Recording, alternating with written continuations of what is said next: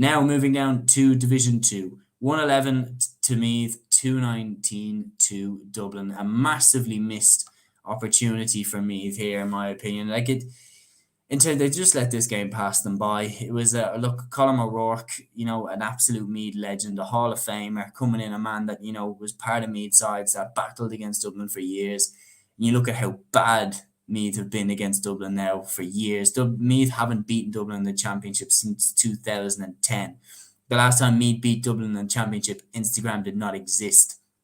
So if you're watching this video on Instagram, I could not give you a match review on Meath beating Dublin in the championship the last time Meath beat Dublin in the championship because Instagram didn't exist. That's how mental this gap between the two counties has got. With O'Rourke coming back in, I was expecting more of a fight. I was expecting more determination, especially considering it was played in Port Talton, but it did not materialise. Cillian O'Gara, really impressed for Dublin. He hit 1-3 and picked up the Man of the Match award. His goal came in the first half as Dublin led by 9 points at half-time. A late goal in the second half by Cormac Costello topped off the victory. Brian Fenton and Conor O'Callaghan both hit 4 points as well. Meath's only bright spark came with their goal in the 21st minute, a lucky Matthew Costello shot, which he was clearly going for the point, and it dropped into the back of the net. Dublin led 111 to 1-2 at half-time. The game was over. They hit 5 in a row between the 53rd and 60th minute to eliminate any chance at all of a Meath comeback. It's a good result for Dublin, especially after the defeat to Derry. They bounced back and they beat, one of their biggest rivals again. But for Meath, it's a massively disappointing result.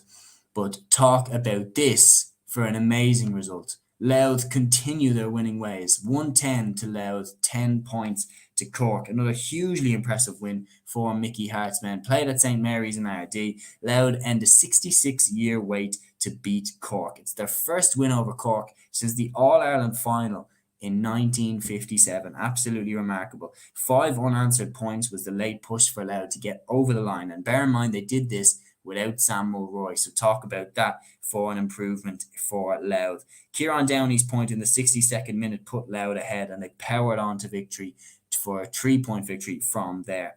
Cork remarkably got their last point of the game in the 51st minute from Luke Fahey, who was impressive.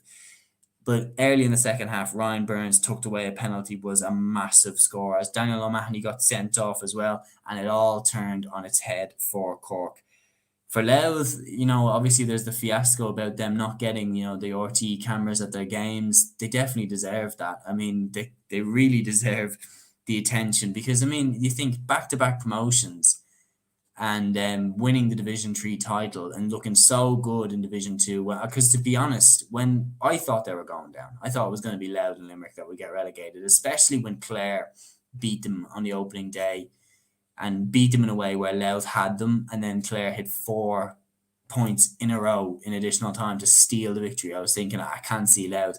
Now we're in a situation where if Louth beat Dublin in Croke Park, which they will 100% be underdogs in, but they've been underdogs in every one of the games that they've won. They were underdogs against Kildare, they beat them. They were underdogs against Meath, they beat them. They were underdogs against Cork, and they beat them. Can they go and take the biggest scalp of all? And if they beat Dublin, that is an amazing result for Louth. So I think that, honestly, do I believe that they think they can beat Dublin? I think they believe they can beat Dublin. I really do. I'm going to leave it there. I'm not saying whether I think they can beat them. I think Dublin should get that victory.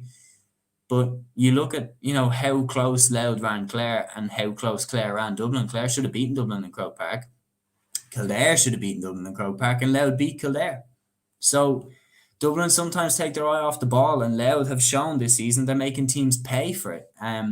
Speaking of Clare, they lost to Derry, and it's a bad day for Clare football. They are relegated to Division 3, as of course Kildare beat Limerick. We're going to get on to that game. Kildare saved themselves by beating Limerick, relegating Limerick and Clare in the process. A 10-point defeat. Derry have secured promotion to Division 1 on the other hand, and they remain the only team across all 4 divisions to have a 100% record. Simply put, in this game, they just choked Clare to death. They led by 9 points to 0 at halftime. 9-0. Like, that's how fine an art Derry's system is now. Rory Gallagher is just a magician with teams. Shane McGuigan hit 5 points. Ethan Doherty hit 3. And speaking of Rory Gallagher, I wonder if Donegal are looking at this thinking that they missed a trick not backing this guy to the hill, because the way he's turned Derry around like that is absolutely remarkable. They were in Division 4 in 2017 and now they're up to Division 1 and Ulster champions. Remarkable, absolutely remarkable. For Clare, like, look, while they're relegated to Division 3, if some of you watch GAA Statsman, massive shout out to him, of course. The work he does is fantastic. We're having a chat about, Clare now are in the Tailteann Cup, which, are they going to win the All Ireland? And I might get a bit of stick for this, but honestly, it's what I believe. I don't believe Clare are going to win the All Ireland. I don't believe they're going to win the Munster Championship.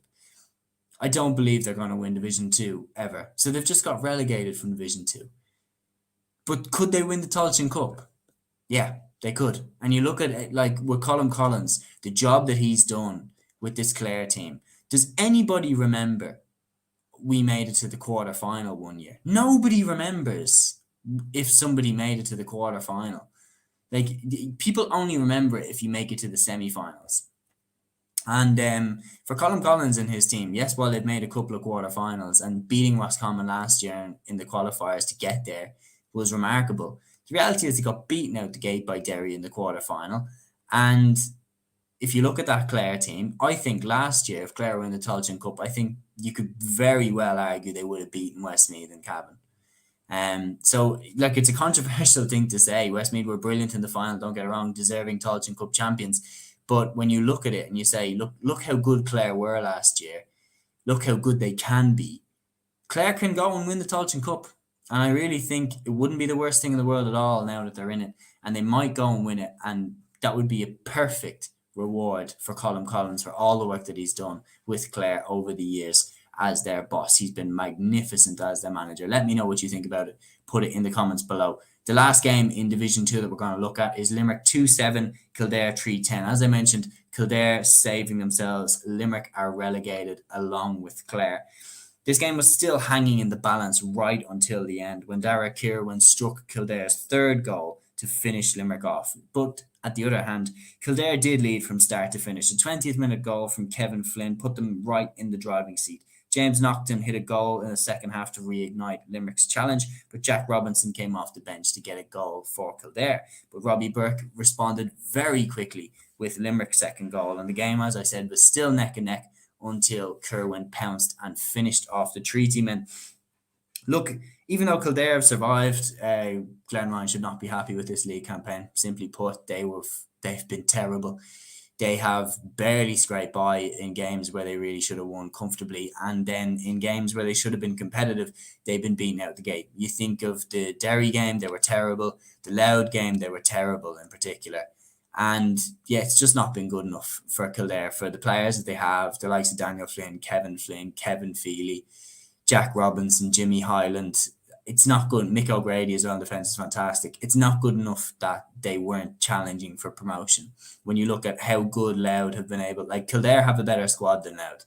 I know Louth beat them, but Louth have an amazing manager in Mickey Hart, a fantastic system, and they get the absolute best out of their players. On paper, Kildare's team is better than Louth. So there's no reason why they shouldn't be achieving what Louth are achieving. So for Glenryan next year, they have to, fix up and go for promotion out of Division 2 to get back in there with the big boys in Division 1. Let me know what you think about what they can do to improve it.